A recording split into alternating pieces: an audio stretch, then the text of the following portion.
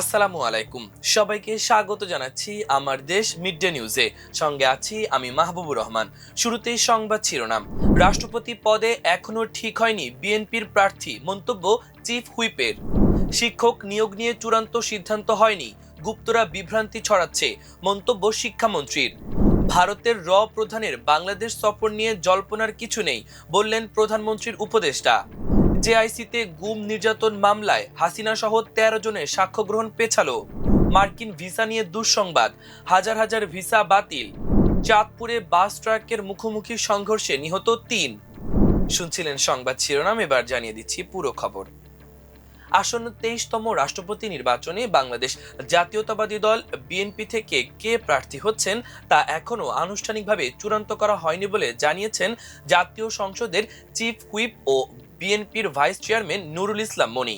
মঙ্গলবার রাষ্ট্রপতি নির্বাচন বিষয়ে জাতীয় সংসদ ভবনে অনুষ্ঠিত এক সংবাদ সম্মেলনে তিনি এসব কথা বলেন। এর আগে বেলা ১১টা থেকে জাতীয় সংসদ ভবনে সংসদের ভারপ্রাপ্ত স্পিকার ব্যারিস্টার কায়সার কামালের সঙ্গে নির্বাচন কমিশন ইসির এ বৈঠক শুরু হয়। নুরুল ইসলাম মনি জানান, গণমাধ্যমের উপস্থিতিতে সংসদ নেতা, বিরোধী দলীয় নেতা, সংসদের স্পিকারের ভোট গ্রহণের কার্যক্রম অনুষ্ঠিত হবে। ফলাফল না আসা পর্যন্ত সবার উপস্থিতিতে গণমাধ্যমে লাইভ টেলিকাস্ট করা হবে। চিফ হুইপ জানান, ৭০ অনুচ্ছেদের নিয়ম অনুযায়ী ভোট হবে। ভোট গ্রহণ হবে সংসদের মধ্যে। সংসদ সদস্যরা তাদের জাতীয় আসন নম্বর অনুযায়ী ভোট দেবেন। ফলাফলের জন্য শেষ পর্যন্ত অপেক্ষা করা হবে। তিনি আরো জানান, দলের সিদ্ধান্তের বাইরে কেউ ভোট দিতে পারবেন না, দিলে তার সংসদ সদস্য পদ থাকবে না। ব্রিফিং এ বিরোধী দলীয় চিফ হুইপ নাহিদ ইসলাম অভিযোগ করেন, জুলাই সনদ অনুযায়ী রাষ্ট্রপতি নির্বাচনের প্রত্যাশা থাকলেও সরকার তা বাস্তবায়ন করছে না। এছাড়াও বিনা প্রতিদ্বন্দ্বিতায় রাষ্ট্রপতি নির্বাচন যাতে না হয় সেজন্য ১১ দলীয় জোট প্রার্থী দিয়েছে। শিক্ষামন্ত্রী এহসানুল হক মিলন বলেছেন, এমপিও শিক্ষকদের এনটিআরসিএ সংক্রান্ত বিষয় এখনো চূড়ান্ত সিদ্ধান্ত হয়নি, প্রাথমিক আলোচনা পর্যায়ে রয়েছে। এটি নিয়ে গুপ্তদের কেউ কথা কেটে পত্রিকায় প্রকাশ করেছে। যাচাই বাছাই না করে শিক্ষার্থীরা উস্কানিতে পা দিচ্ছে। মঙ্গলবার দুপুরে বাংলাদেশ কৃষি গবেষণা কাউন্সিল বার্ক মিলনায়তনে সমৃদ্ধ অর্থনীতির বিনির্মাণে শিক্ষা দক্ষতা, ভাষাগত সক্ষমতা ও বৈশ্বিক গতিশীলতা শীর্ষক সেমিনারে প্রধান অতিথির বক্তব্যে তিনি এসব কথা বলেন। তিনি বলেন, ৭৭,০০০ শিক্ষক নিয়োগে বাছাইয়ের পর নিয়োগ প্রক্রিয়া ঠিক করা হবে। শিক্ষকরা বেতন ভাতা নেবে, কিন্তু রেজাল্ট জিরো হবে, তা হতে পারে না। শূন্য পাস শিক্ষা প্রতিষ্ঠানগুলোর বিরুদ্ধে ব্যবস্থা নেওয়া হবে। শিক্ষামন্ত্রী বলেন, ভঙ্গুর শিক্ষা ব্যবস্থাকে নিয়ে কাজ করছি। গত ২০ বছরে আমরা আরো পেছনের দিকে এসেছি। শিক্ষক সংকট ভয়াবহ। তিনি বলেন, এসএসসির ফলে ড্রপ হয়েছে এটা বলা যায় না, কারণ জোর করে কি ফল করানো যায়? জোর করে পাশ করানো যায়। ভারতের প্রধানের বাংলাদেশ সফর নিয়ে জল্পনার কিছু নেই বলে জানিয়েছেন প্রধানমন্ত্রীর পলিসি ও স্ট্র্যাটেজি বিষয়ক উপদেষ্টা ডাক্তার জাহেদুর রহমান। মঙ্গলবার সরকারের বিভিন্ন কার্যক্রমের অগ্রগতি বিষয়ে প্রেস ব্রিফিংয়ে তিনি একথা বলেন। ডাক্তার জাহেদুর রহমান বলেন, প্রধান চীন থেকে ঢাকা এসেছেন, এটা তার এক ধরনের সফর। এটি নিয়ে জল্পনার কিছু নেই। হয়তো তার সফর শেষে সরকার কোনো বিবৃতি দিলেও দিতে পারে। এসএসসি ও সমমানের পরীক্ষায় পাশের হার কমার বিষয়ে সংবাদ সম্মেলনে তিনি বলেন, এবার এসএসসি ও সমমান পরীক্ষায় জিপিএ ৫ এবং পাশের হার কমেছে। যেন তেনভাবে নাম্বার দেয়া ও পাশ করানোর প্রবণতা ছিল একটা সময়, সেটি প্রথমেই জানান দেয়া হয়েছিল।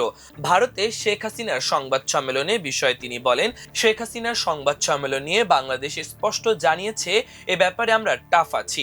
দুদেশের ভবিষ্যৎ সম্পর্ক নিয়ে যে আলাপ করছি সেটির অনুকূল পরিবেশ ভারতের দিক থেকে তৈরি করতে হবে। শেখ হাসিনাকে প্রত্যর্পণ করার কথা ছিল। আমরা একজন মৃত্যুদণ্ডপ্রাপ্ত আসামিকে ফেরত চাই, দেশে আইনের আওতায় আনতে চাই। সেটা তো হচ্ছেই না। এবার রীতিমতো সংবাদ সম্মেলন করেছেন। এই ব্যাপারগুলোকে ভারতকে আন্তরিকভাবে নিতে হবে। এ বার্তা শক্তভাবে দেয়া হয়েছে, এটাতে কোনো সন্দেহ নেই।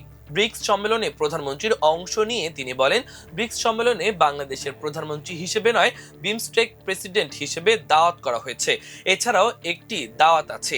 সরকার গঠনের পর ভারতের প্রধানমন্ত্রীর বার্তায় সফরের আমন্ত্রণ ছিল। সফর যে কোনো সময় হতে পারে। জয়েন্ট ইন্টারোগেশন সেন্টার জেআইসির গুম নির্যাতনের ঘটনায় মানবতা বিরোধী অপরাধের মামলায় ক্ষমতাচ্যুত প্রধানমন্ত্রী শেখ হাসিনা সহ 13 জনের বিরুদ্ধে সাক্ষ্য গ্রহণ একদিন পিছিয়েছে। সাক্ষী অসুস্থ থাকায় বুধবার সাক্ষ্য গ্রহণের নতুন দিন ধার্য করেছেন ট্রাইব্যুনাল।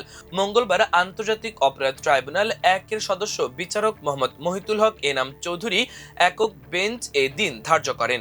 ট্রাইব্যুনালে প্রসিকিউশনের পক্ষে সময় চান প্রসিকিউটর শাইখ মাহাদি। তিনি বলেন, এ মামলায় আজ মঙ্গলবার সাক্ষ্য গ্রহণের দিন নির্ধারণ ছিল, কিন্তু সাক্ষী অসুস্থ থাকায় সময় চেয়ে আবেদন করা হয়। পরে আবেদনটি মঞ্জুর করে আগামীকাল বুধবার দিন ঠিক করেন আদালত। এর আগে 22 জুলাই ষষ্ঠ সাক্ষী হিসেবে জবানবন্দি দেয়া হেফাজতে ইসলামের কর্মী তাজুল ইসলাম সুমনের জেরা সম্পন্ন হয়।